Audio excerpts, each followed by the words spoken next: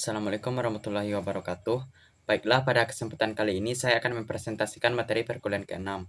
Saya Afrialdi Cahaya Pratama dengan nomor NIM 24042001. Hari ini saya akan membahas mengenai sistem hukum Indonesia. Baiklah, langsung saja ke pembahasan materi.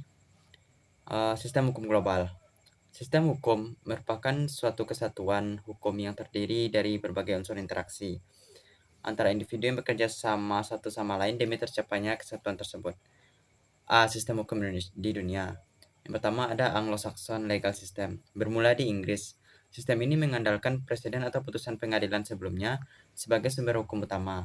Karakteristiknya yaitu, yang pertama jurisprudensi Anglo-Saxon sebagai sumber hukum, yang kedua doktrin stare decisis, yang ketiga fleksibilitas, yang keempat peran hakim yang luas, dan yang keenam hukum adat. Yang kedua ada Continental European Legal System. Sistemnya ini diambil dari hukum Romawi yang ditandai dengan penggunaan peraturan tertulis secara sistematis. Karakteristiknya sendiri yaitu, yang pertama ada kodifikasi hukum, hakim yang tidak bebas, sumber hukum, dan terakhir yaitu kepastian hukum. Yang ketiga ada yang namanya sistem hukum Islam. Sistem ini berlandaskan pada ajaran agama Islam, khususnya Al-Quran dan Hadis. Aspek-aspek sistem hukum Islam ini yaitu, yang pertama ada sumber hukum, yang kedua ada konsep syariah, yang ketiga ada fungsi pokok. Yang keempat yaitu ada sistem hukum sosialis. Berdasarkan ideologi komunis, sistem ini berorientasi pada kepentingan kolektif atau kebersamaan daripada kepentingan individu. Yang kelima ada sistem hukum campuran. Banyak negara di dunia yang tidak hanya mengadopsi satu atau dua sistem hukum, tetapi juga menggabungkan unsur-unsur sistem lainnya.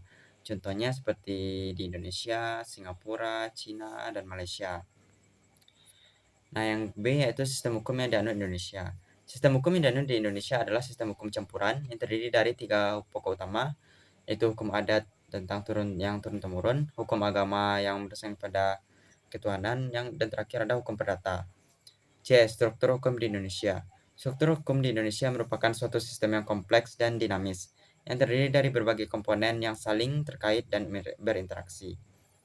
Nah, struktur hukum di Indonesia ada pejabat penegak hukum, instrumen legislatif, dan juga budaya hukum.